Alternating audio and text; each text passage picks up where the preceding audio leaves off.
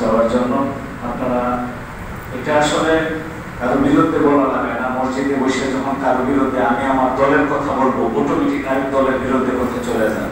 কোনো কারো বিরুদ্ধে কথা বলা উচিত না। কারণ হচ্ছে এই পৃথিবীতে যারা ন্যায় বিচারক শাসক থাকবে, কালকে আমাদের মাঝে ওই সমস্ত ন্যায় বিচারক এবং ন্যায়পরায়ণ শাসকদেরকে আল্লাহ রাব্বুল আলামিন তার আরশের ছায়ার নিচে স্থান দিবেন এবং ওই ন্যায় বিচারক বা ন্যায়পরায়ণ শাসককে যারা সমর্থন দিবে তাদেরকেও আল্লাহ পাক কালকে আমাদের মাঠে সে আরশের নিচে স্থান দিবে।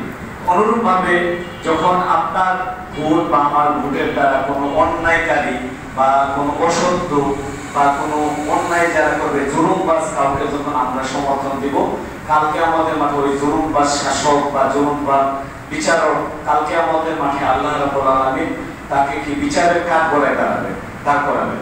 অনুরূপভাবে আমি যে আছি, আমি ওনাকে সমর্থন করার কারণে কালকে আমাদের মাঠে আমাকেও বিচারের কাজ বলে দাঁড়াতে হবে। অর্থাৎ আপনাদেরকে কোরআনের পাকে আল্লাহ পাক বলেন যে ক্ষমতা দেওয়ার মালিক আল্লাহ, ক্ষমতা নেওয়ার মালিক আল্লাহ। ওয়াতুইজ্জু মান তাশাউ ওয়া তুযিল্লু মান তাশাউ বলা হয়েছে।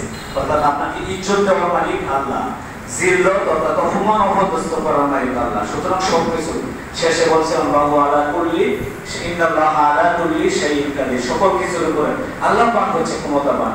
কে শাসন করবে, এই আপনার জন্য আমার জন্য কাকে শাসক নির্বাচিত করবে, কাকে বিচারক নির্বাচন করবে, এটা উনি যাকে ভালো মনে করে তাকেই করবে।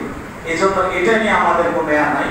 সেহেতু আমাদেরকে আমাদের সুশাসনের জন্য, ইসলামী খেলাফত প্রতিষ্ঠার জন্য আমাদেরকে সৎ যোগ্য লোককে নির্বাচন করার জন্য আল্লাহ পাক আমাদেরকে আকল দিয়েছেন, আল্লাহ পাক আমাদেরকে চোখ দিয়েছেন, আল্লাহ পাক আমাদেরকে কান দিয়েছেন সঠিক জিনিস শোনার জন্য, চোখ দিয়েছেন আমাদেরকে ভালো কিছু দেখার জন্য, এবং অন্তর দিয়েছেন ওয়ালাহুম কুলুবুন লা ইয়াফকাহুনা বিহা বলা হয়েছে যে এবং অন্তর দিয়েছেন সঠিক জিনিস বোঝার জন্য।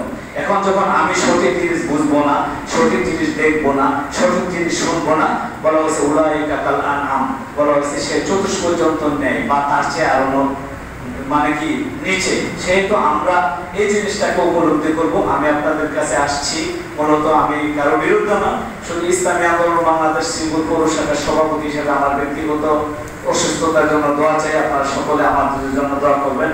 তথা আমাদের কৃষ্ণের চরমনায়ের পক্ষে আপনাদেরকে সালাম দিলাম। আমাদের প্রার্থী হয়েছে হাফেজ মাওলানা আলমগীর সাহেব, ওনার জন্য দোয়া চাই। আমি শুধু দোয়া চাই, এটা কোনো রাজনৈতিক বক্তব্য না। আমি মসজিদের মধ্যে, আমি নিজে একজন বিভিন্ন মসজিদে খতিবের দায়িত্ব পালন করি, সেহেতু মসজিদের মধ্যে ধর্মীয় কোনো উপাসনালয়ে কোনো অবস্থাতে কোনো রাজনৈতিক বক্তব্য, কারো বিরুদ্ধে গীবত করা, কারো বিরুদ্ধে বিরুদ্ধাচারণ করা ঠিক না। এই জন্য আমরা ইবাদতের জায়গা ইবাদতের মধ্যে রাখবো এবং যে সৃষ্টি যিনি আমাদেরকে করেছেন আইনও তার চলবে, সেহেতু তার জন্য দোয়া করবো। আল্লাহর জমিনে আল্লাহর দ্বীন প্রতিষ্ঠার জন্য, ইসলামী হুকুমতের জন্য দোয়া করবো।